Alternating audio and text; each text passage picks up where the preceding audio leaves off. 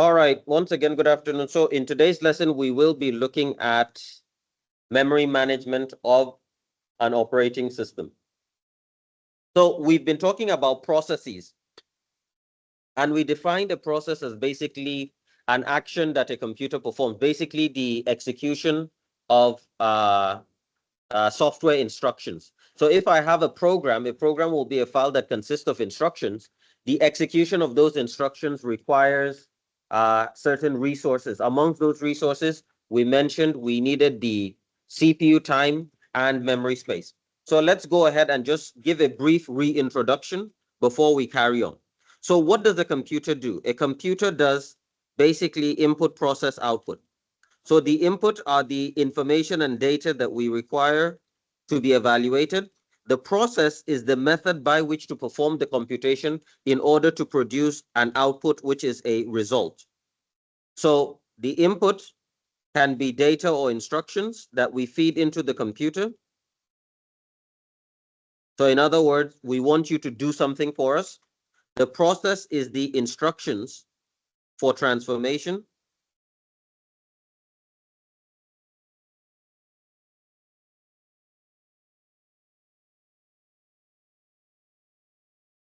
And finally, the output is the result of the operation. So it gives us the results. This is what a computer does. So the main part of a computer is the central processing unit. The central processing unit takes the instructions that have been given and uses the data in order to perform actions. So the actions of a CPU are governed by the list of instructions in the piece of software that defines how we process. So for example, on my computer here, if I enter my application folder, every icon you see here is essentially an application. It's a file that contains a list of instructions that tells my computer how to perform a particular activity. So you can see here, I have my Teams, for example. So if I launch it, it will allow me to run the Teams application, which is a set of instructions that governs how I broadcast my screen, how I do screen recording, audio, and so on and so forth. So this particular file will be in a list of instructions as such. So the CPU fetches the instructions, and when the CPU fetches the instruction transforms into what we've called a process. And we've said a process requires resources. And these resources include time with the CPU, so we say CPU time, space on memory, so we say memory space, and a bunch of other things that include files, input devices, output devices, and so on. So in the last lesson, we looked at the principle of how the operating system manages the CPU time in a set of activities called process control management. Today, we're going to be looking at memory management. And it's very simple. You just want to imagine it as, let's say I'm trying to bake a cake in a bakery, not in my house, in a bakery. So the process control management will define how I perform my activities in the bakery. The memory space will define how I store my ingredients and my resources that are memory dependent in the location. So that will be like how I manage my storeroom. So if I had a bakery, memory management will be how I store my ingredients, my flour, my sugar in the storeroom, whereas the CPU or process control management will define how I perform my activities of baking, what time I open, who is responsible for what, and how we do the mixing of the different ingredients to produce the cake. So in this case of memory management, the first thing we want to remind ourselves is the basic architecture of a computer. In the basic architecture of a computer, this is what we have. We firstly, I'm just going to go ahead and draw this out. We have first and foremost the hard drive. So this hard drive is basically my storage. Connected to that, I then have my RAM. So RAM here stands for random access memory. So this is my memory, also known as RAM, random access memory. We'll go into this a little bit deeper. This is the focus of today's lesson, but let's complete the diagram. Down here, I have my input and output devices. So my I/O devices. And then beside that, I have my central processing unit, which includes my cache controller and so on. So this is my CPU. Now, between all of this, we have linkages. In other words, we have cables that allow us to transmit data to and fro. So between the hard drive and memory, we have a bus cable that connects all our devices. Between the memory and the input-output devices, we also have a cable that connects and helps us transmit a bunch of things, which we will talk about later. And between the memory and the CPU, we also have a bunch of stuff. Now, inside the CPU, I want to remind you that we have the registers. Everybody remembers the registers? People, registers. You remember the registers, right? So there are little small storage locations inside the computer that allows us to store information that is currently being processed. Now, one of the things that we've not mentioned is that we also have another piece of storage inside the CPU called the cache.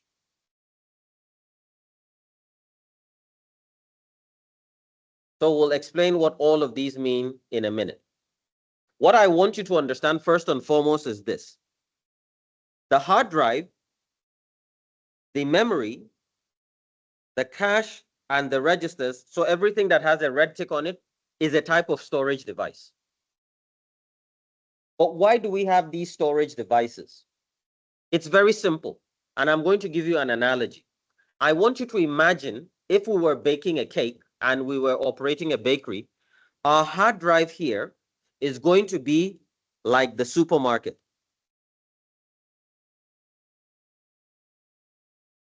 The RAM is like our kitchen store. The cache is going to be like our cabinets. And the registers are going to be like our hands. What do I mean? So I want you to imagine if I'm going to follow, let's say, a cooking recipe for a cake. Let's say instruction 1 says, get flour and mix flour with butter in a bowl.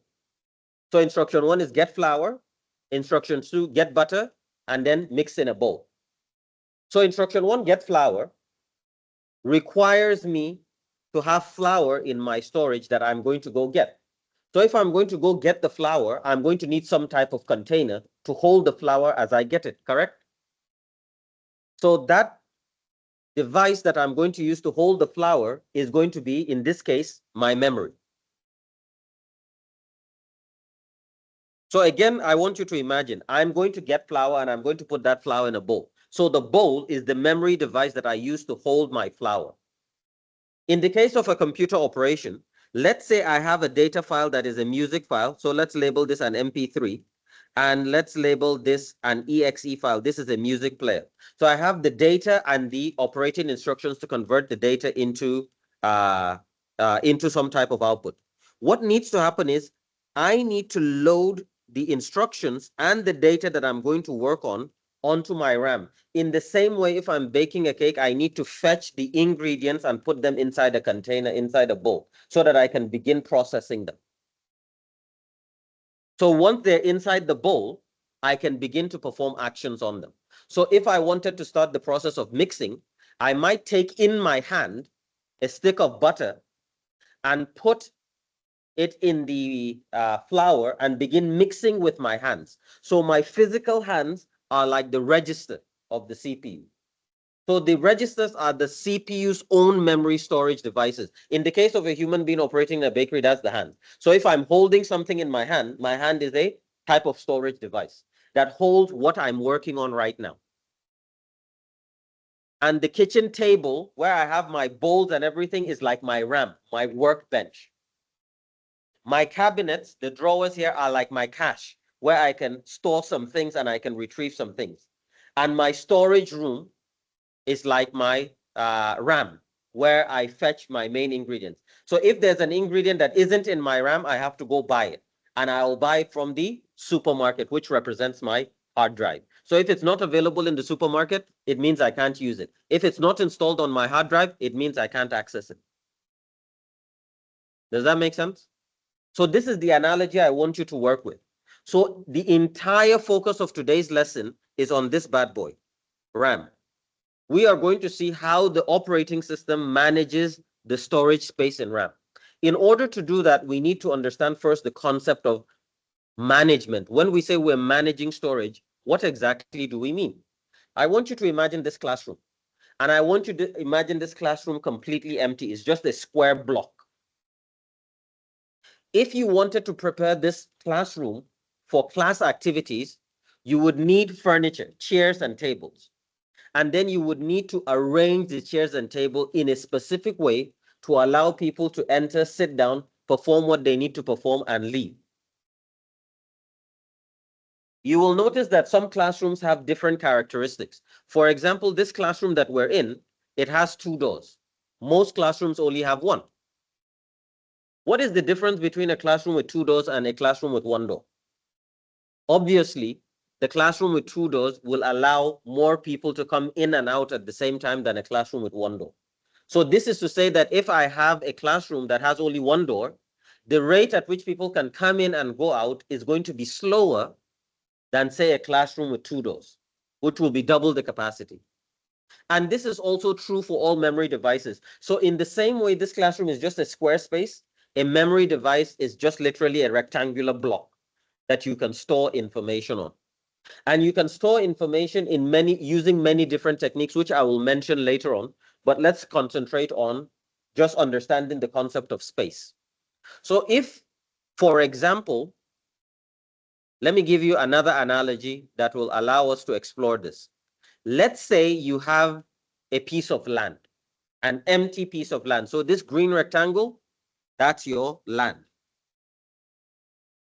Now, this land, you want to convert it into a parking space. Since you're not using it for anything, you say instead of it to waste, you're going to convert it into a parking space. So when people come, they pay you some money and then they can park. In order to prepare this space for storage or parking space, there are a couple of things you need to do. One of the things you need to do is provide an access point. So here we can say we can create an entry gate. So people can go in and come out through this gate. Then we can partition the space inside the parking space by drawing lines and partitioning those lines accordingly. So in each particular slot, we can have 1 vehicle. So I want you to imagine we're partitioning the spaces as such. And we have a definition for the pathway that the cars can travel. So the pathway that the cars can travel is like so. So this is the in and the out. Does this diagram make sense? People. Another thing I can do is for each parking space, I can allocate it a number. So this is 1, 2, 3, 4, 5, 6, 7, 8, 9, 10, 11, 12, 13, 14, 15, 16, 17, 18, 19, 20, 21. So this, what I've just done right now is a bunch of things. One, I have formatted the space, I have partitioned the space, and I have labeled or given addresses to each of the spaces. This is exactly the same thing your computer has to do with your RAM. So when you turn on your computer, your operating system has to look at this piece of memory, which is just a square rectangular block that can store data and instructions, and then partition it and prepare it for use. So in the same way, customers can come into my parking space, buy a ticket, and be allocated a space. So if I buy the ticket will say maybe you're going to be parked on space 17, in which case I will go and occupy space 17 over here. And when I drive out, I'm done. I can resubmit my ticket so that the security guard knows that space 17 is now no longer occupied, it's free. So as people are coming in, space is being occupied. And as people are leaving, space is being deoccupied. So in the same way as I'm opening programs on my computer, the programs are being allocated memory space. And as I'm closing the program space is being deallocated. So the concept of memory management is assigning or allocating and deallocating memory to programs as they occur and as they need. Is that clear to everybody? I'm going to pause for a second to see if there are any questions. So the whole concept of memory management is just simply allocation and deallocation of space on RAM. Part of the activities of memory management of an operating system is to prepare the space for use. How do we prepare it? We have to partition it, and then we have to address it, and then we can begin to use it.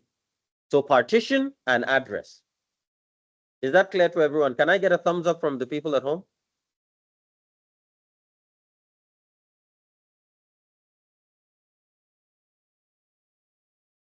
Yeah.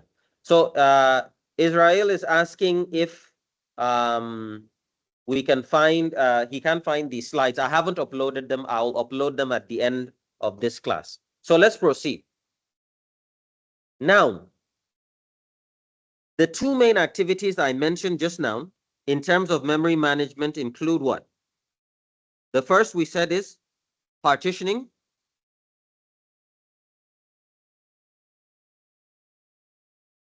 And what was the second? Addressing. So very simply, partitioning is an English word that means to break up into sections. And addressing simply means to provide things with a name. So in fact, your name is a type of address. Your TP number is a type of address that refers to an entity known as you. So the addressing is just the idea of giving those spaces a name, like we gave in the parking lot. So an operating system can perform these activities in several ways. So we're going to explore those ways now, starting with the concept of partitioning.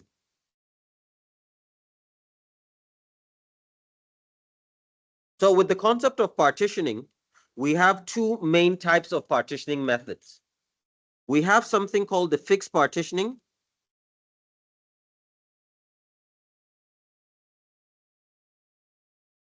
And we have variable partitioning.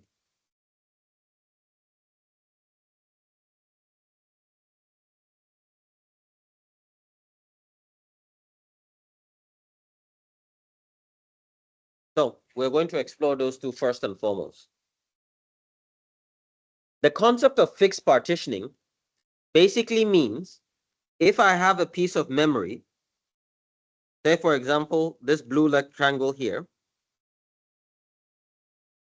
I can partition it into fixed sizes, one small, one medium, and the other large. So this is partition 1, partition 2, partition 3. So partition 1, let's say it's 100 kilobytes. Partition 2, let's say it's 200 kilobytes. And partition 3, let's say it's 300 kilobytes. What I've done is I've basically gotten a piece of space and I have broken it into 3 sections, one of 100 kilobytes, the other of 200, and the other of 300. It's fixed. The sizes don't change. So what that means now is I have 3 spaces. And I want you to think of it like 3 chairs of different sizes. If a person comes in and wants to sit down, we can allocate one of the 3 chairs to the person. And typically we will allocate the chair that is big enough to handle the person's size. So if the person is small, we give him the small chair of 100 kilobytes. If the person is medium size, we give him the 200. If the person is big, we give the person the 300 megabytes. So this is the same thing. Each program will come with its own memory requirements. Some programs are small, some programs are large. So we will allocate the space based on the requirements of the program.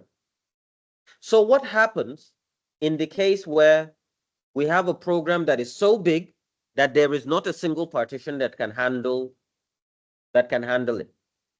There are techniques that can deal with that. We'll talk about those techniques a little bit later on. But this is the concept of fixed partitioning. I turn on my computer, if my operating system is using a fixed partitioning system, it will basically partition the RAM according to the definition. Now, in this example, we just have 3 partitions. We can have hundreds of different sizes. Doesn't matter. There is another technique still under fixed partitioning that is called paging. In the case of paging, here's how it works. Instead of randomly assigning different sizes to the partition, we will partition everything to be exactly the same size. So here, if this is, let's say, if this is 50 kilobytes, everything else will be 50 kilobytes. They will all be the same fixed size. This is another way we can partition. So we can partition where we have different sizes of fixed spaces, or we can partition with fixed sizes. So this technique here, we just call it fixed partitioning. So this guy is just fixed partitioning. This guy is still a fixed partitioning system, but we call this style paging. We'll come back to paging later on. So far, so good? People at home, fixed partitioning.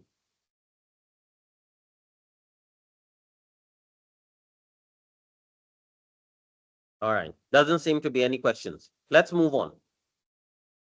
Now, we are going to talk about the example for variable partitioning now. With the concept of variable partitioning, the way this guy works is we leave the space blank. We don't partition at the beginning of operation. The space is there. We know how much it is. We leave it blank. So if a program comes and the program says, I need 200 kilobytes, there and then we create the partition of 200 kilobytes. That's where the name variable partition comes. We allocate exactly the amount of space that that program requires. So we partition on the fly. So if the program needs 200 kilobytes, we straight away partition the 200 kilobytes as required. If another program comes and it only needs 50 kilobytes, we still have some free space, so we allocate the 50 kilobytes. Another program comes, it needs 100, we partition 100 kilobytes. So we will partition different sizes according to the program requirements. Now, in comparison in real life, I want you to imagine a bench versus a bunch of seats. Let me show you some visualizations. So here, if I just Google seats and I go into images, so you can have a bunch of seats like this. So you can see these seats basically are 3 fixed partitions. They're all exactly the same size. You can also see here in this example, there are multiple seats. Each seat is exactly the same size, fixed partitioning. Variable partitioning is a seating arrangement that looks more like a seating bench. A bench, on the other hand, has no partitioning. It's just a long space. You see here? It's just a long space. So when you come to sit on a bench, you occupy what you occupy. You're big, you occupy big space. You're small, you occupy space. So variable. There's no fixed item. So as the items come, they occupy the space and they are partitioned that space. So for example, unless you're crazy, you're not going to see somebody sitting on a bench and you come and sit on top of them, unless you're looking for trouble, right? So this is the idea behind the variable partitioning. As the programs come, we find out how much they want, how much space they need, then we partition that space and nobody can use that space while they're there. When they finish, they leave, we deallocate the space so it becomes free space. Is this clear to everybody so far? Can I get a thumbs up from the people at home? So somebody is asking with regards to paging. We are saying that there are 2 partitioning methods. There's the fixed and there's the variable. For fixed partitioning, we break up the space into fixed sizes. So one example is the typical fixed partitioning. In this example, we have 3 partitions of different sizes. Another technique for the same fixed partitioning is paging. So paging is a type of fixed partitioning. So in paging, instead of breaking up the space into fixed sizes of different sizes, we will break it up into fixed sizes of the same size for everyone. So we can have fixed partitioning, different sizes. We can have fixed partitioning, same size for everyone. This technique we simply refer to it as fixed partitioning. This technique we refer to it as paging, but paging is a type of fixed partitioning. Then for variable partitioning, this is the example in red. We allocate the space as the program needs. Is that clear? All right. Now, in order to implement these 2 techniques, there's another concept that we have to understand. When a program comes, we launch a program. The program is going to need some space. So let's say, for example, here we have in green, this is our program. So our program consists of lines of instructions.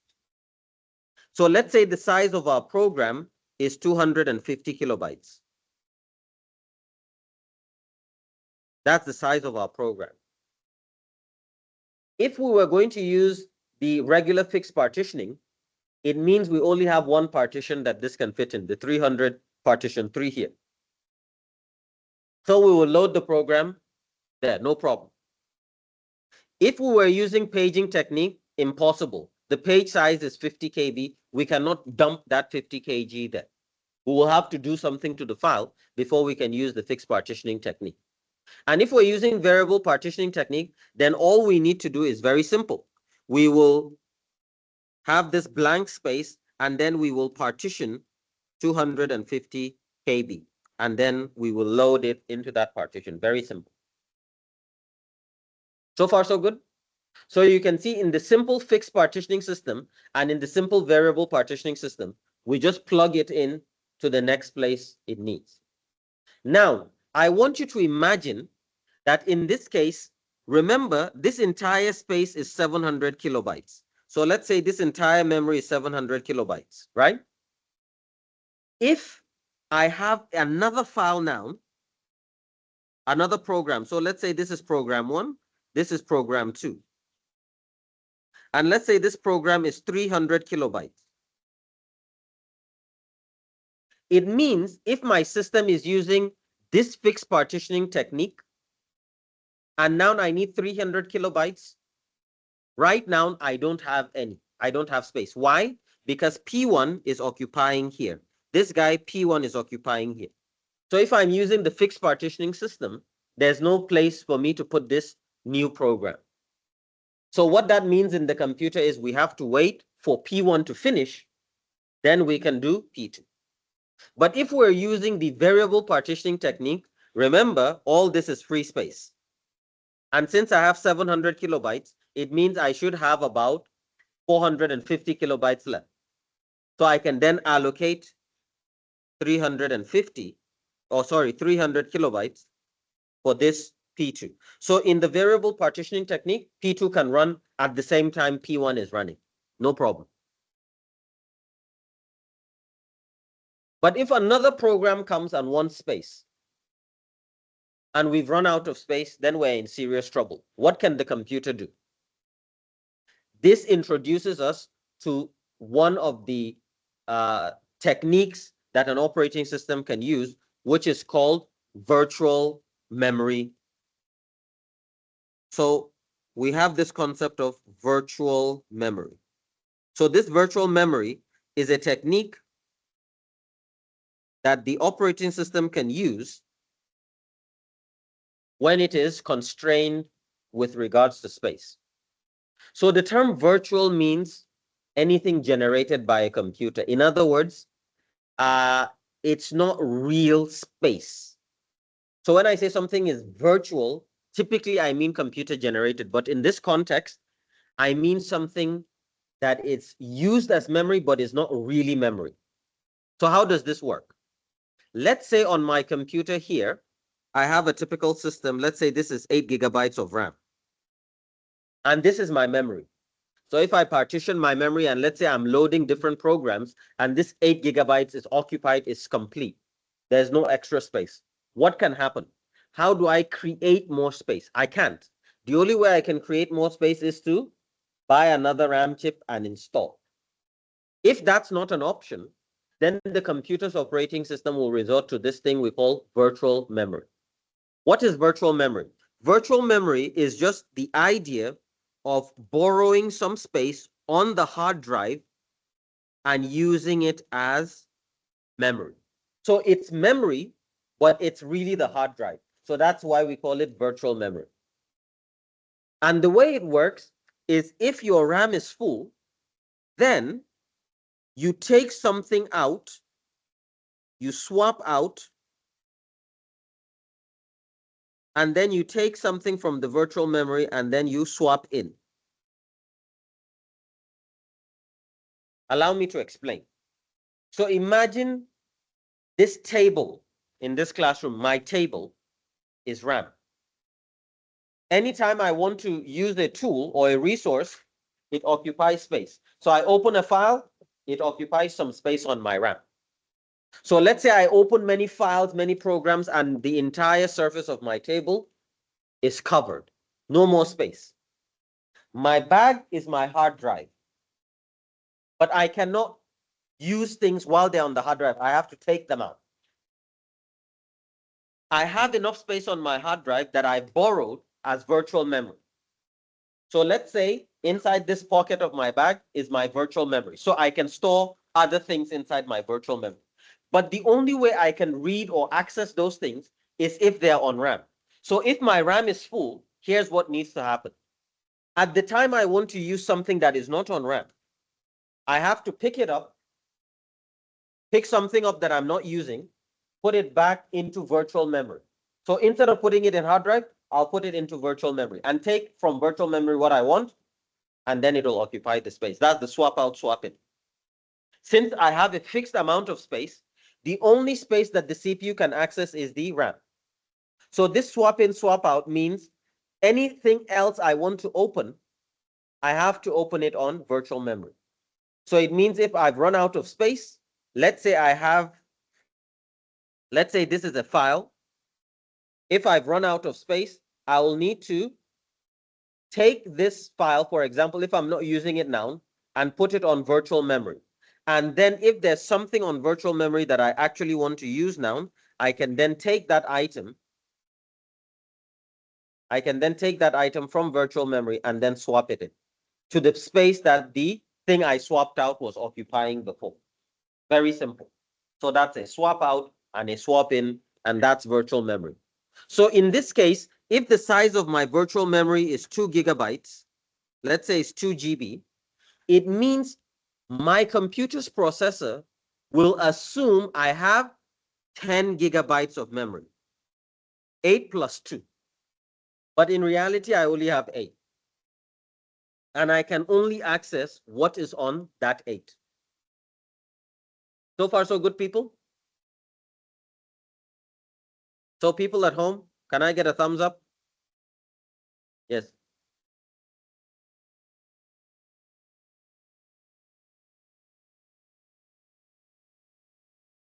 Okay. So somebody is asking this virtual memory, how does it come? Is this something we install on the computer? No. Virtual memory is a technique. It's a way of doing things. In that way of doing things, we say, if we run out of memory space, we borrow from the hard drive. And when we borrow from the hard drive, we can swap in and swap out things as if we have more space than we actually do. The way let me give you an analogy that will help you understand. I want you to imagine you're graduating. It's 2 years later, you're about to graduate. So you want to look good. So you decide you're going to the mall to buy a suit that you're going to wear for your graduation ceremony. And you make the mistake of going to Pavilion where suits cost 15,000 ringgit. So you leave that place and you go to where it's a bit cheaper, maybe 350 bucks and so on. So let's say you went to the shopping mall, you want to buy a suit, but you only have 100 ringgit. You browse around and the cheapest suit you can find is 350. What to do? You don't have enough money. So you can borrow. So you call up your friend and you say, hey, here's the problem I have. Can you loan me a couple of some money, like 200, 250 bucks? The guy says, no problem. I'll come meet you there. So you say, great. So now, while waiting for your friend, you go and start shopping, but you're shopping as if you have 350 bucks, even though you only technically have 100 bucks. So that's kind of how virtual memory is. It's a technique of doing things. So it comes pre-built into the operating system, where the operating system, depending on your computer's memory space, will allocate and deallocate. If the memory gets full, the operating system says, no problem, I've been trained for such a situation. So what do? I borrow space from another location, from my hard drive, and then I utilize it. So on my computer, if I open up my activity monitor and I go into my disk, you can see here, is it? No, not on my disk, on my memory. If I zoom in for you here, you can see that my physical memory is 16 gig. Currently, I'm using 11 of that 16 gig. And then I have my cached files of 4 gig. And then this swap space, this is the virtual memory that I'm currently using on my hard drive. So even though I have enough space, the operating system likes to keep the memory free so that things are flexible, so that there's enough, room, elbow room to move around, to move things around. What am I talking about? Imagine if a program is on RAM. Let's say I open up a Word document, and that Word document is, let's say, 10 kilobytes. As I'm typing more text and adding pictures and developing my document, the file is growing bigger, and it has to go bigger while it's on RAM. So we don't like to allocate space, chip. I don't know what English word to use, but chip comes to mind. When you want 50, you give 50. You don't give exactly the space you require. You leave some breathing room because programs expand and contract depending on what they're doing. So this is why, even though I technically have more space available, I'm still using virtual memory. So the memory management technique, the goal is to always make sure that there is space for every program to run. In the same way, a restaurant's objective is to make sure there's a place for you to sit as a paying customer. It's impossible to guarantee, but to get as many people seated as possible. A restaurant would not want a situation where a party of 4 comes, there are 4 seats scattered across, but not together, and the people can't stay, then they have to go to another restaurant. So if they implement a technique that ensures or increases the chances of getting the space, that's a good technique. Same with the operating system. If it implements a memory management technique that guarantees or somewhat guarantees space for every program that is going to be run, then that is good. And we're going to look at some of those techniques. So far, so good? All right. So now, let's dive into the real topic now. So coming back to this, we've explained fixed partitioning, the simple version, and we've explained variable partitioning, the simple version. Computer scientists said to themselves, okay, if we wanted to make memory management much more efficient, what can we do? So they came up with this technique of paging. But before they talked about paging, they also took a look at the structure of programs, where they said, okay, if a program is a certain size, in this case, program P1 is 250 kilobytes. Do we need to load 250 kilobytes of the program into memory? In other words, if I have a textbook and it has 7 chapters, is it everybody who takes the textbook that will read all the 7 chapters? Or are there scenarios where somebody's picking up a textbook just to read chapter 1 or chapter 2 or chapter 3? In order for that to make sense, I want you to imagine VLC. So let's say VLC as a program. I'll just give it a moment to open.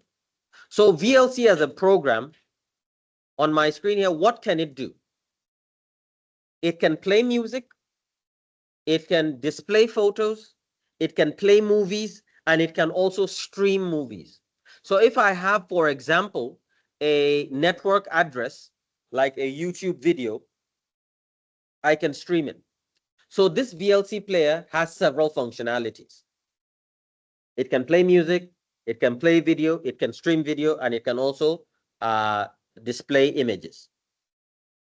If I open VLC and I'm just using it for video playback, the other parts of the program are not needed. It's like chapters of a program. So it has 4 chapters. There's one chapter for video playback, another chapter for streaming, another chapter for music, and another chapter for images.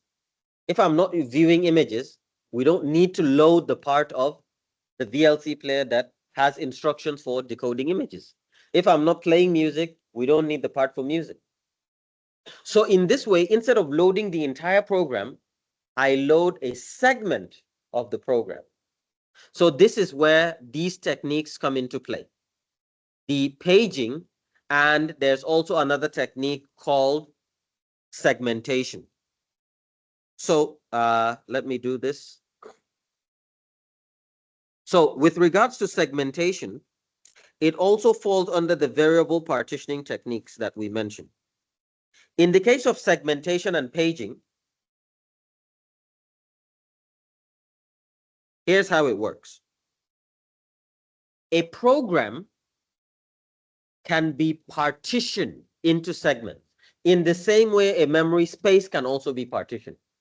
So that means this program, maybe segment 1 is for music playback, segment 2 is for video playback, segment 3 is for images, and segment 4 is for something else, and segment 5 is for something else. So the parts of the program are different sizes. So if my computer is using segmentation technique, then we allocate using a variable partitioning system, and we load the programs, not the entire program, but sections of the program. So if I only want to do video playback, then I load the video playback part only. So it will occupy the small space required for that video playback. This allows me to have more memory free so that I can use that memory for something else. So if my program is 50 megabytes, I don't load the entire program. I load the segment of the program that I need when I need it. This is like you going to the library to borrow a book, but instead of taking the whole book, you just take certain pages or chapters of the book. Does that make sense? Very simple. That's segmentation, and it works on variable partitioning systems. Then you have the regular paging. This paging that I mentioned here, in the paging technique, here's how that one works. You take the program and you break it up into fixed sizes, and the fixed sizes will be equivalent to the memory partitions that you've made. In other words, if this guy is 50 kilobytes, then each page here is going to be 50 kilobytes. It means one page can fit one partition. So you're no longer breaking the textbook into sections or chapters. You're breaking it into pages, and every page is the same size. Literally, that's how textbooks are. Segments are chapters, which can be several pages long, or you can work on it as pages. Does that make sense? So what's the difference between these two techniques? They're fundamentally similar, except one deals with pages, the other deals with segments or sections. Paging is much more efficient than segmentation. The reason being, here's another problem. As you're using your memory and things are loaded and offloaded, loaded and offloaded, loaded and offloaded, you begin to encounter a problem called fragmentation. What is fragmentation? Fragmentation is what happens when you go to a restaurant. Maybe you're a group of 5 people, And in the restaurant, there are 5 free seats, but there's not a single table with 5 free seats. In other words, the space is fragmented. There's enough space for all of you, but the space is not on one table. So you can't sit down because you're one group. So in the same way, if you have a variable partitioning system like this, as you're loading programs and offloading programs, what will eventually happen is this. You will have a situation where there will be these tiny spaces that are unusable. So here you can see I've shaded these spaces. You will have these tiny spaces that are unusable. They're so small, they're free space, but they're so tiny that no program can actually go in. So that's exactly the same thing that happens when you go to a restaurant. You can see that individually there are enough seats for your group, but the seats are not in one place, so you can't sit down. And that's bad for business because the restaurant loses customers. In the case of the computer, it cannot perform the operation at that time, even though physically it has that space. So because of this partitioning issues, we need to do proper memory management. This is why some restaurants do not allow you to just walk in and sit where you want. They say, wait. You'll see a sign, wait to be seated, please. That is because they're doing space management, memory management, essentially. So this is the concept. So here we have a page, and here in memory, we call the same size a frame. So a frame and a page are the same size. So a frame, which is in memory, is equivalent to the size of a page. One page, one frame. So if my program has 5 pages, I need 5 frames. So one of the best memory management techniques that most modern operating systems use is this paging technique. But on the paging technique, so I want you to imagine this particular program, right? It has 1, 2, 3, 4, 5, 6, 7, 8.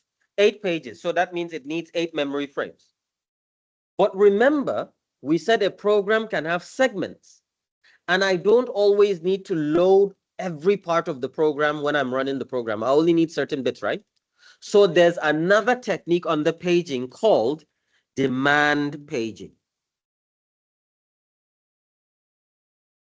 So this demand paging technique is a system where we use paging, but at the same time, we only load the pages that we need when we need them.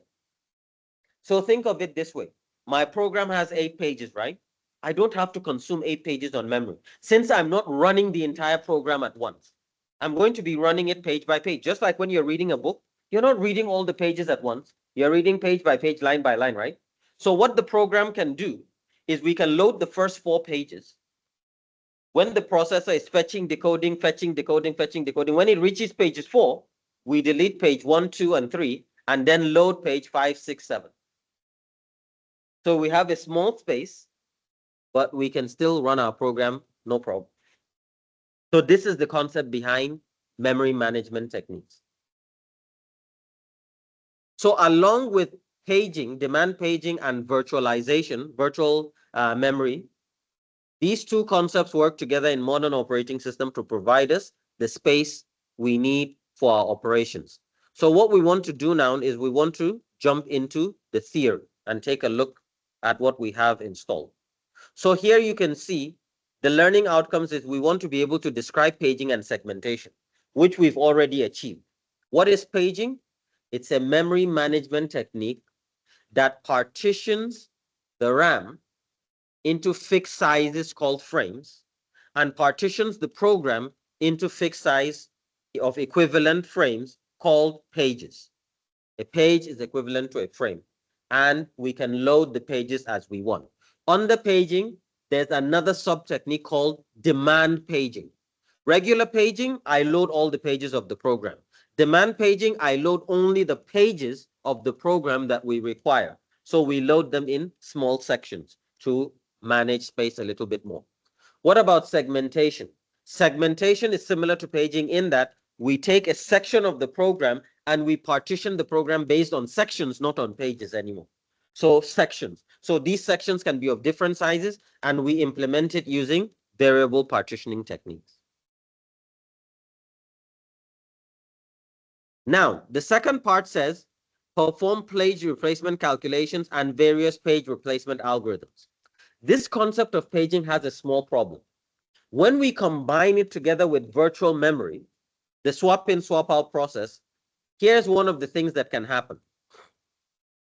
We can have a situation where our memory is full, so we've swapped out something. So here we've swapped out this blue item, right?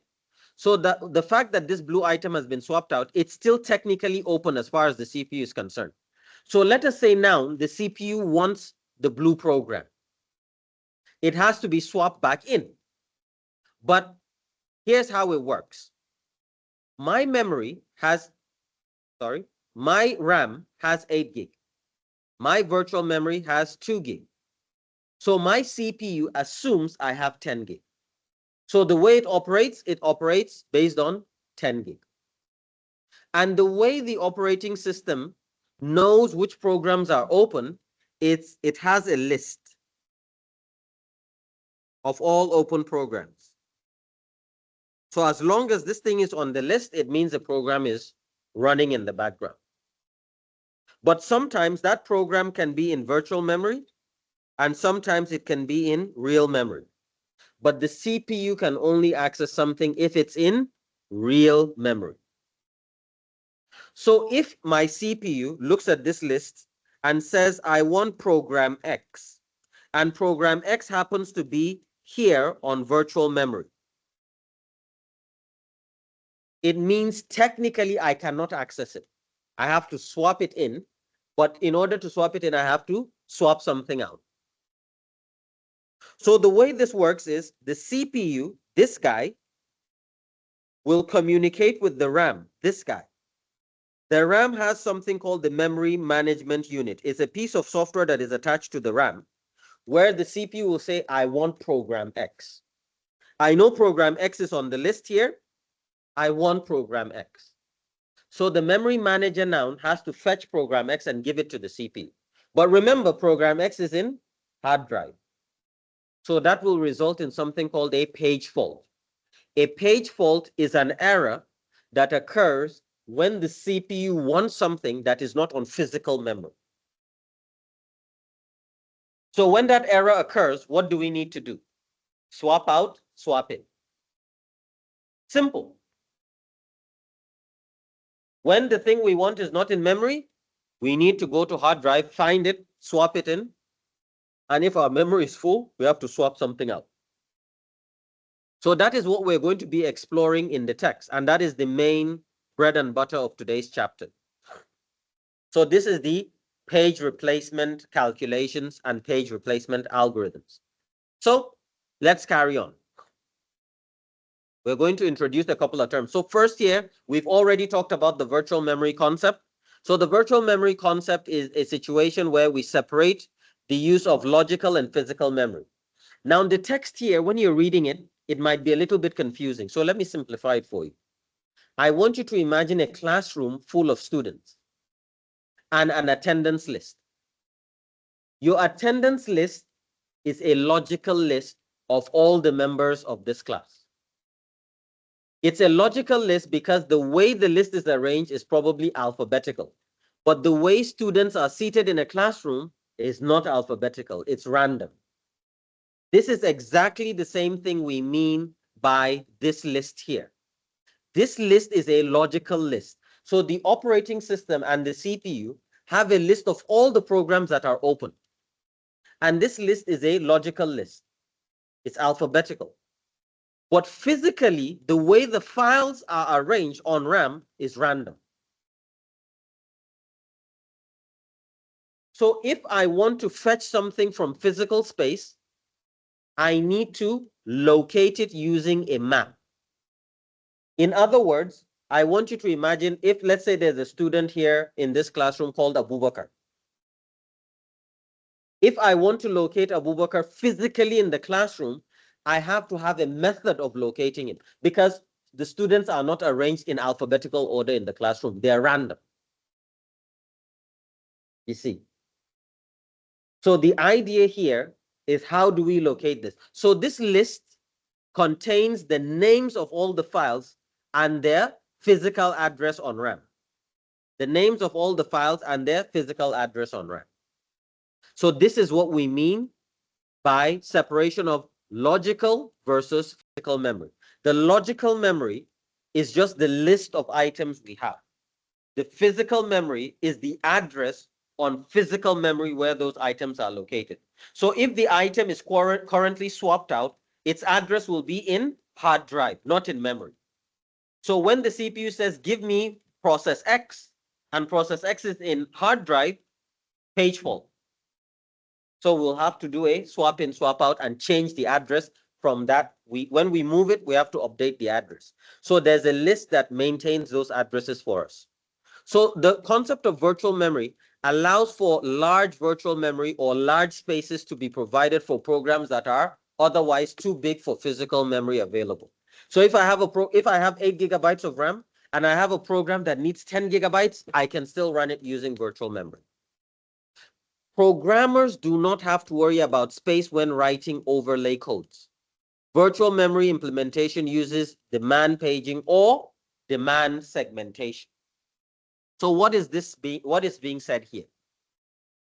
Once upon a time, when you're writing a computer program, you have to be aware of the specific system for which you're writing for. I'll give you an example. Let's say you go online and you download a banana cake recipe. And in the recipe, it says, take 2 cups of flour and mix with 1 stick of butter. So you go to your kitchen cabinet and you have a number of cups. What type of cup are you going to use? A big, a medium, or a small? You don't know. The instruction just says a cup. And then it says, take a stick of butter. What in God's name is a stick of butter? Butters come in bars. Are you going to chop the bar? How thick are you going to chop it if you're going to turn it into a stick? You don't know. It's not clear. Now, this is how computer programmers used to operate back in the day. Different computers will have different types of processors and different sizes of memory. So if you're building or writing instructions for one computer, is like writing a cooking instruction for one type of kitchen. That kitchen has a fixed type of cup. It has a fixed type of butter. It has a fixed size of bowl. So if you say 1 cup or 1 bowl, everybody knows what you're talking about. But if everybody has different types of cups, like computers now have different types of memory, different processing powers, and so on, how do you do that? It's too difficult. So by implementing the concept of virtual memory, now the operating system worries about the what and the how. You just tell it the what, it will deal with the how. So if you tell the operating system 1 cup of flour, it already knows what language and what kitchen you are building, and it can convert that cup to its own cup. Do you understand? So the operating system now manages the allocation of resources. You, the programmer, no business. So it makes your job easier. You just write the instruction. Store this in memory. The operating system will figure out how to do that. So it makes writing programs easier for you. Now, in your generation, there's now a new revolution, AI. So now most of you don't even need to know how to program. You just tell the AI to write the instruction or the small code, and then you just build it up. And very soon the AI will be able to build it up. So all you need to do is tell it what you want. And it will do it. So we are getting innovations and advancements as we go on. We've already talked about paging, but basically is breaking memory into fixed sizes of blocks called frames, and then breaking the programs into fixed sizes called pages. So when a process is to be executed, we load the pages, we load its pages into memory, and it can then run. So here's an example of how it works. Here you have the logical memory, which is the attendance list. So in the list, we have 3 pages, 0 to 3 pages loaded. They represent different programs. Then here we have something called the paging table. The paging table is the address. So here what it's telling us is page 0 is in address 1. Page 1 is in address 4. Page 2 is in address 3. And here's the physical memory. The physical memory, you can see here, is arranged the partition 0, 1, 2, 3, 4, 5, 6, 7. And all of them are fixed sizes. Yes. What's not clear? This? Turn around your computer. Let me see. What do you mean is not clear? What's not clear? It's clear. I can see. Oh, okay. You mean this? Is it okay now? It's because I shut off my second screen. Let's try that again. Hold on. Okay. How does it look now? Huh? What about now? Oh, I stopped sharing the screen. Okay.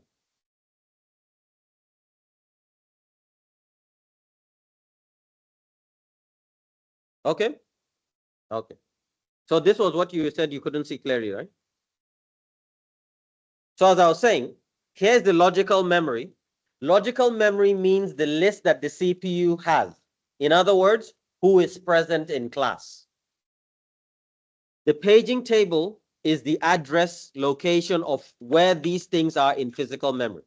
So the CPU and the memory manager work together. So CPU will look at this list and say, hey, I want page 3.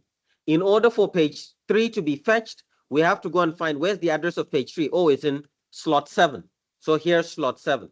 Address 7, we pick it up and then we can execute it because it's in physical memory. But if it's not in physical memory and it's inside the hard drive's backing store, it will result in a page fault. And that page fault will require us to go to hard drive, find it, and then bring it and load it. So we've already talked about demand paging where we've said it's just paging, but now instead of loading all the pages of a program onto memory, we will only load the pages that is needed on a need to use basis. By doing this, we reduce the amount of resources that we're using. We also reduce the amount of time since we're not loading the entire page. We're just loading a few pages. So we decrease physical memory and we decrease the time actually used. And we don't have any waste because we're not loading any page that we're not going to be reading. So here's how it would work. Here you can see I have the backing store, the hard drive. This is where the virtual memory is. Here I have real memory. So if in a system, I need to, let's say, load program B, and there's not enough free space, what I can do is I can swap out program A and create space to load program B. Swap out, swap in. I already demonstrated this example early on. I also talked to you about demand segmentation. So there's segmentation and there's demand segmentation. Remember, segmentation is just taking the program, instead of breaking it into fixed sizes, we break it off into sections, but we still load the entire thing. Demand segmentation is breaking it into sections, but only loading the sections that we need. Same as demand paging and paging. Is that clear to everyone? It's very simple and straightforward. So demand segmentation is actually the most efficient virtual memory storage method available, and it needs significant amounts of hardware. Not all paging systems use segmentations. Instead, allocation of pages in memory, we allocate it in segments. Most operating systems still use the paging technique particularly. So segment descriptors keep track of the segment. What's a segment descriptor? Just now, we looked at a page table. A segment descriptor is like a page table, but it defines segments. So here again, you have the logical address space. So here are these sections of the program, and you can see there are different segments, different sizes. Then here you have actual memory. So in the middle, you have the segment table. What the segment table does is it gives you the address of each of the segments. So look at the segment. We have segment 0, 1, 2, 3, and 4. So if you look at segment 0 is listed here. Its address location is from memory location 1000 to 1400. Where is 1000? 1000 to 1400 is between here. You can see it here. So what's going on here is the limit is the size. The base is the starting address. What this means is segment 0 begins at address 1400, which is here, and its size, it's 1000 bits long. So from this 1400, this address 1400, you add 1000, you get 2400. You get the idea? And if you look at segment one, its size is 400. Its beginning address is 6300. So here's 6300. Add 400 to it, you get 6700. That's the size of the file. So you have the starting address and the size. This is how demand segmentation is allocated. Then you have the concept of shared segmentation. This is very interesting. I'll show you using this example. Here's my web browser. You can see I have many tabs open on my web browser. My web browser software is the same code. The only difference between one tab and another tab is the address it's rendering, but the operation of rendering is the same thing. You understand what I mean? Boiling eggs and boiling noodles is the same process. It's boiling something. So the boiling is the same.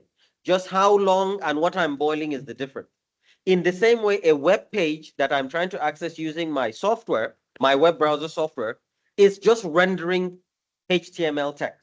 I'm just rendering. But depending on which address I'm going, I'm rendering different things, but the action of rendering is the same. So if I have a program like my web browser and I have multiple tabs open, each tab is like one full software. So the more tabs I have open, the more space I consume. But now we have a concept here, shared segmentation. It's saying, hey, wait, this program, even though I'm opening multiple tabs, is the same program. Why can't I open one copy and just use different data sets, but I still have access to that one copy? You understand? It's the same thing I'm doing many different times. Why open it up many different times? That's what shared segmentation is now talking about. So in this case, you have program one or process one and process two. You can see they share the editor segment. It's one program opening two different files. I open my music player. One is listening to Michael Jackson. The other one is maybe Janet Jackson. So two separate files. The operation is music playback. So the music playback or the editor, we share that section.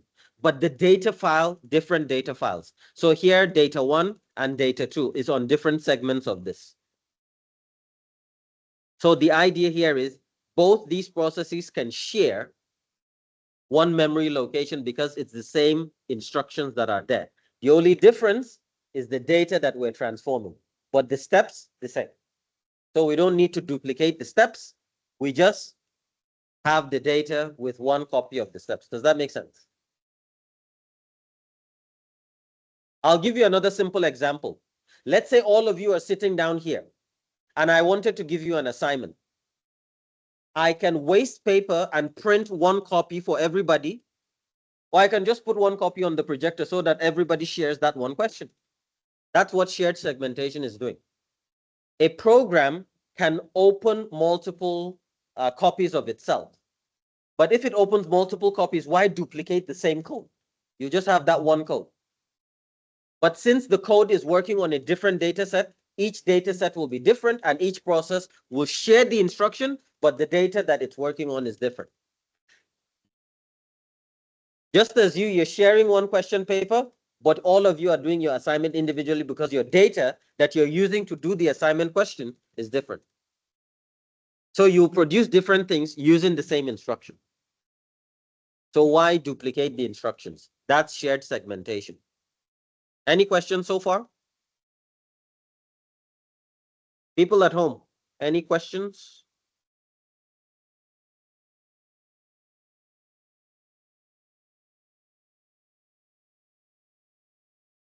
If you have a question, you can type it. If not, you can give me a quick thumbs up. We're almost done. All right. So let's move on to the last aspects of the topic, the concept of page faults. So we mentioned that a page fault occurs when the CPU, yes, the screen is not clear anymore. Huh? It's okay. It's become small again. Still small? Okay, hold on. What about now? Still small? Now is okay? Hold on. It's okay now? Oh, okay. There we go. So it should be okay now. So what's a page fault? A page fault is an error that occurs when we try to fetch a page that is not in memory, but is in a hard drive. So what the operating system needs to do is to locate that page and then load it. So here's a diagram describing how it works. So here you have a program in execution. The programs in execution here, we have the instruction to load M. So M is the file we want. So we go to the page table that contains the list and the address of all the files. So we find out that the M, the program or the memory M, is located in page I or address I. And I is actually in the backing store, in the hard drive. So the operating system now needs to locate I. And once it locates I, it then needs to load it onto memory. Once it's loaded onto memory, then we can update the page table to indicate that program M is on this location. Finish. So what's a page fault? It's an error that occurs when the CPU says, give me a page, but the page is not available in memory. So what do we need to do? Locate the page and load the page. So the steps in handling a page fault is locate the missing page, find a free memory space, then copy into the physical memory. Copy that item into that free space. Then reset the paging table. In other words, update the address and then restart the instruction so that you can then execute it. Then you have the concept of page replacement. What if there is no free space in memory? So instead of now finding a free space, you need to do page replacement. You need to remove something to put something. So that's page replacement. Page fault, I want something is not in memory. So I have to locate it and load it. But if I locate it and I want to load it, but there's no free space, then how? Page replacement. I need to remove something and then load something in. So in order to do that, we need to free a frame. How do we free a frame?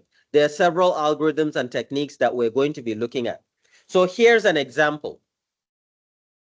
Instead of describing this diagram, let me go ahead and show you an example of the page replacement algorithms.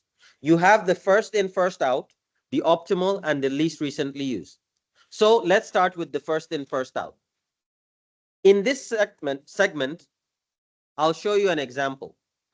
Let us say here's our memory. Remember, we are dealing with a fixed partitioning system, and we're dealing with paging. So here I have page 1, 2, sorry, frame 1, 2, and 3. Remember, these are frames because it's memory. The programs are the pages. We break programs into pages. We break memory into frames. So I have frame 1, 2, and 3. So in this example, these 3 frames are all empty.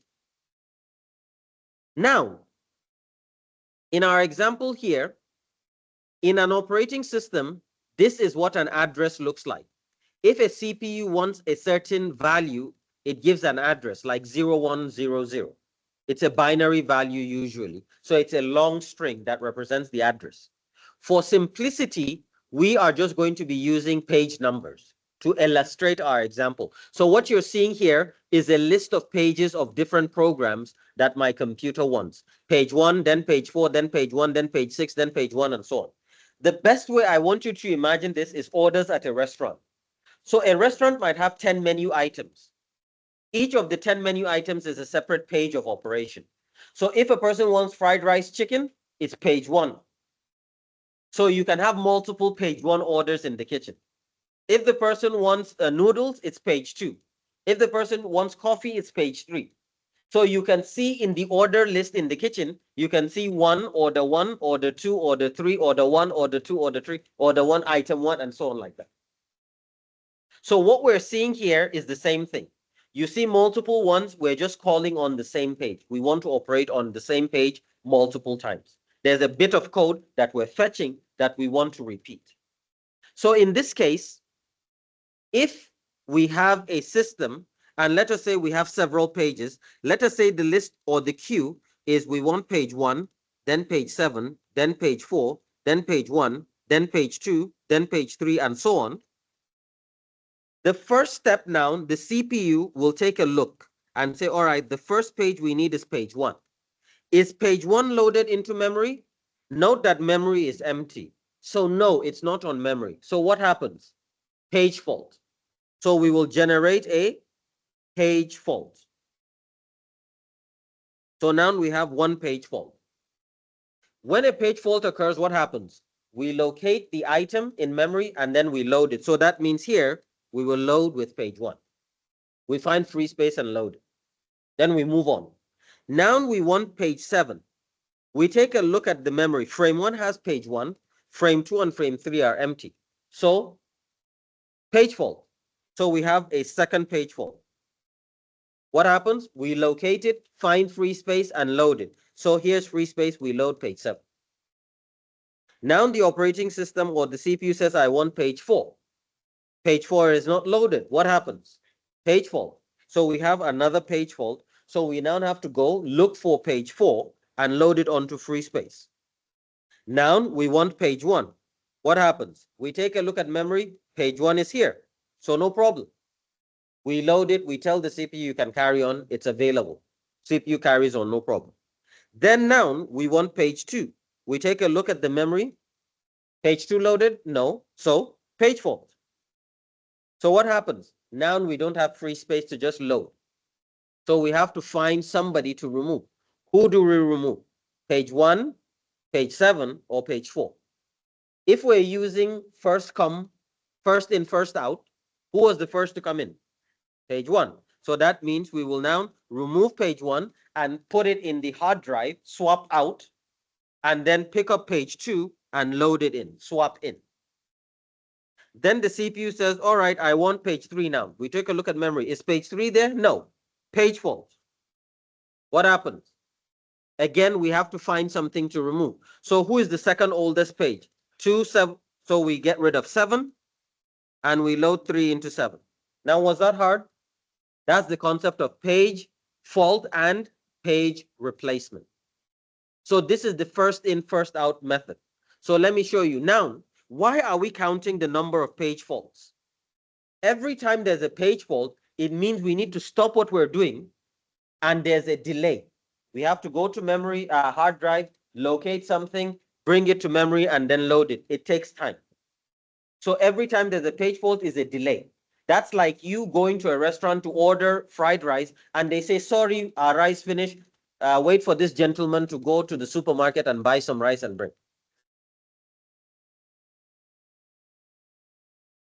It's not the same with time slice because time slice is the time allocated for processing.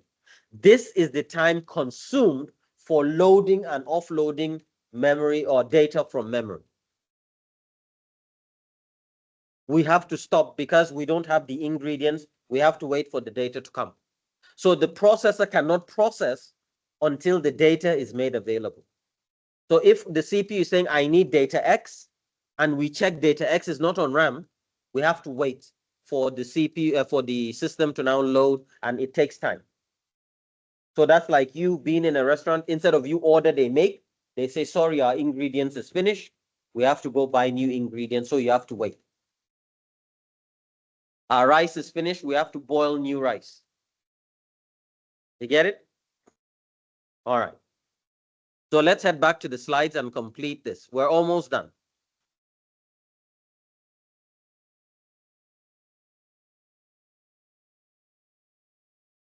All right.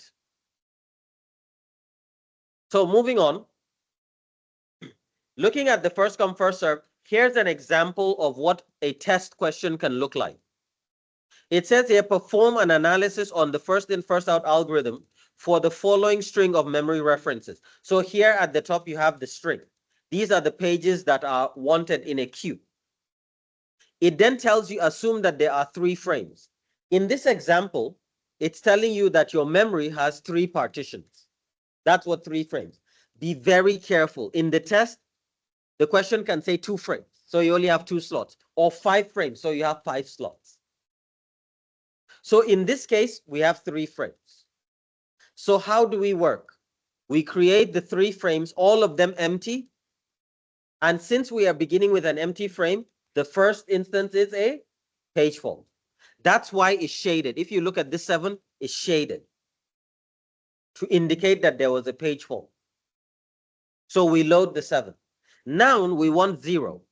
0 is not on memory, so what happens? Page fault. Then we load in the next available space. That's why 0 is shaded now. Then now we want page 1. Page 1 is not on memory, so we load it. It generates a page fault. So now our memory is full.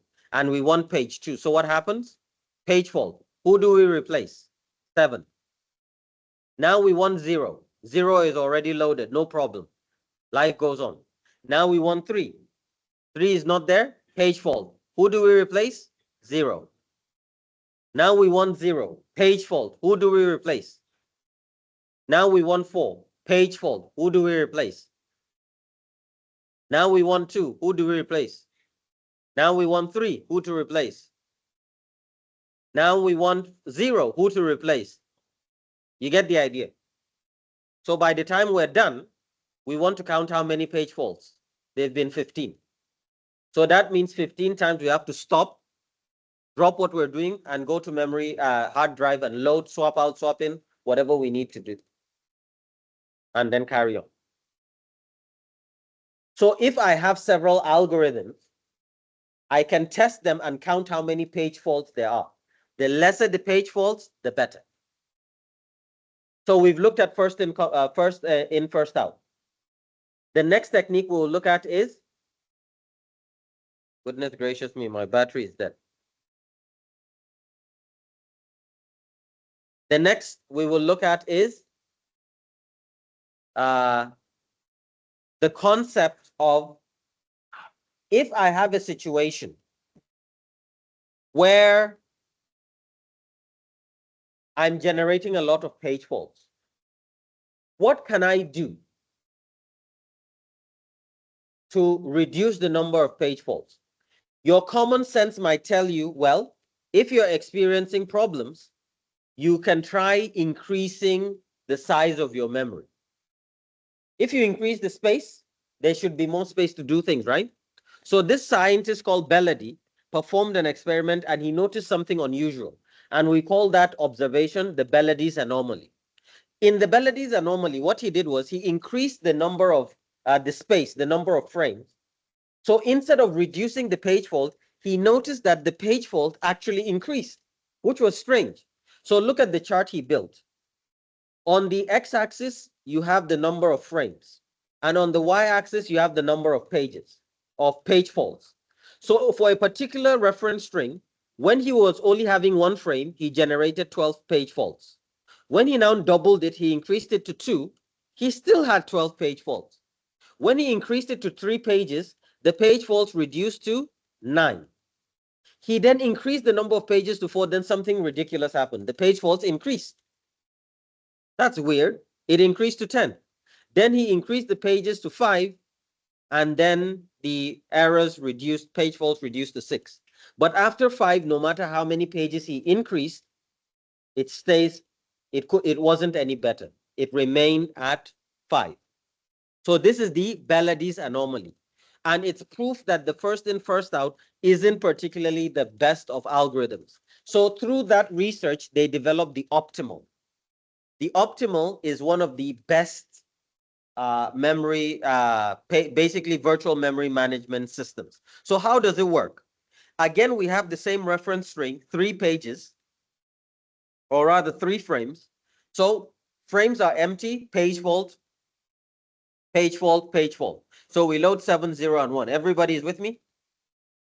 So now we want to load page 2. Page 2 is not there. So page fault. Who do we replace? If it was first in, first out, we would have replaced 7. But now it's optimal. How does optimal work? Optimal looks at what is on memory, in this case 7, 0, and 1, and then looks at the queue and says which of these items is not going to be used soon. So it checks for 7. When is 7 going to be used next? All the way down here. What about 0? 0 is here. What about 1? 1 is here. So the one furthest away is 7. So we replace 7. Now we want 0. No problem. 0 is there. Now we want 3. Page fault. 3 is not loaded. So we again check 2, 0, and 1. 2 occurs here. 0 occurs here. And 1 all the way here. So we replace 1. Now we want 0. No problem. 0 is there. Now we want 4. Page fault. 4 is not loaded. So who do we replace? We check for 2. It's just here. We check for 0. It's here. We check for 3. It's here. So 0 is the furthest away. So we replace 0. Now we want 2. No problem. It's here. Now we want 3. No problem. It's here. Now we want 0. So page fault. Who do we replace? We check 2. 2 is here. 4, never again. And 3 is here. So we replace 4. Now we want 3. 3 is here. No problem. Now we want 2. 2 is here. No problem. Now we want 1. Uh-oh, page fault. So we check for 2, 0, and 3. 2 is here. 0 is here. 3, never again. So we replace 3. Now we want 2. 2 is here. No problem. Now we want 0. It's here. No problem. Now we want 1. It's here. No problem. Now we want 7. Page fault. So 2, 0, or 1. 2 is no longer in the equation. So we replace 2.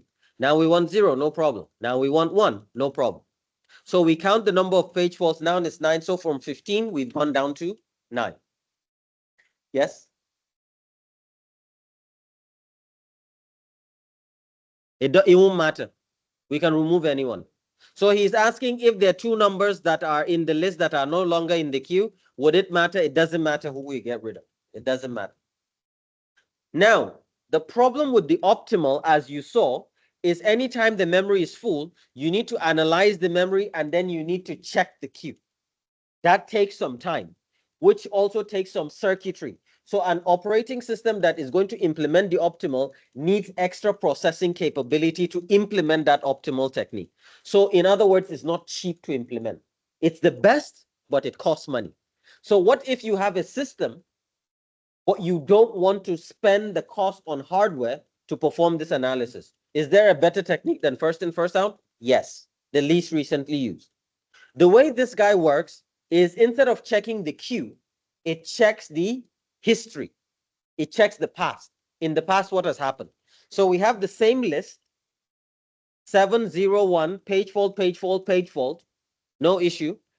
Now we want 2, problem, page fault. So who are we going to replace? In this case, we're going to look at the least recently used. The way this algorithm works is it assumes the pages you're using now are the pages that you're likely going to be using later. In other words, if I look at your bag, the textbooks that you have are probably the textbooks that are for this semester's courses that you're going to be frequently using. So that's the concept here. So you take a look at 7. When was it used? 7 was used 3 steps ago. 0, 2 steps ago. 1, 1 step ago. So we changed the one that was least recently used, which is 7. Now we want 0. 0 is here, no problem. Now we want 3. Page fault. Who to replace? We have to check 2. When did 2 occur last? 1, 2 steps ago. What about 0? 1 step ago. What about 1? 1, 2, 3. So we replace 1. Now we want 0, no problem. Now we want 4. Page fault. Who do we replace? We check 2. 1, 2, 3, 4. 0, 1, 3, 1, 2. So we replace 2. Now we want 2. Page fault. Who do we replace? 4 was just 1 step ago. 0, 2 steps, and 3, 3 steps. So we replace 3. Now we want 3. Page fault. Who do we replace? 4 was 1, 2 steps ago. 0, 1, 2, 3, and 2 was 1. So we replace 0. Now we want 0. Page fault. Who do we replace? 4 was 1, 2, 3. 3 was 1, 2 was 1, 2. So we replace 4. Now we want 3, no problem. Now we want 2, no problem. Now we want 1. Page fault. Who do we replace? We check 0, 1, 2, 3. So 0 we replace. You get the idea. So this is how the least recently used operates. And by the end of the cycle, we generate 12 page faults. So the moral of the story is The optimal is the best, but it is expensive to implement. So what kind of questions can you expect from your test as it relates to this topic? You can be asked about definitions of the partitioning techniques, and you will definitely be asked to perform an analysis using these algorithms for page faults and page replacement. So what you want to pay attention is, what algorithm are you being asked and how many frames? It can be 2 frames, it can be 3, it can be 4, it can be 5, and so on. So you want to be very careful with the number of frames, right? So that's that. The last thing we're going to talk about here is thrashing. Now, the reason why we're interested in the page faults is because every page fault requires us to remove something from memory or write something from memory, swap out or swap in, right? That takes time. So the thrashing is a situation where our computer spends more time moving data in and out than actually processing. We spend more time moving data. When we've approached that limit, it's called the thrashing limit. That means our processes are no longer efficient. We're not being efficient anymore. We're wasting too much time. So it's not good. Any questions?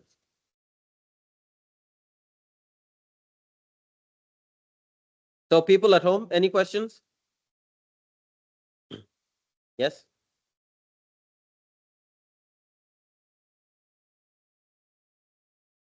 Can you detach?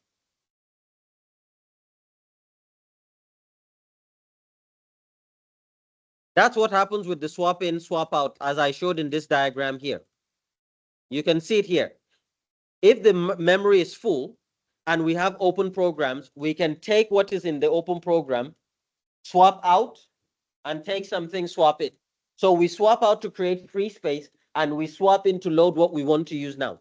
Later, we might need this guy back. So we need to swap him in. So to do that, we need to swap something out, then swap him in.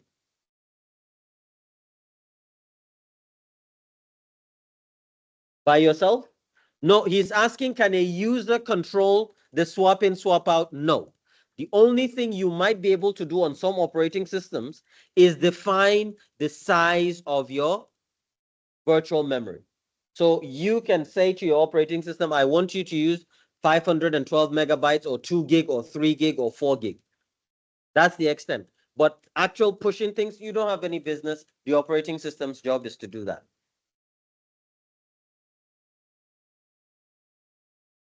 People, any questions from the people at home?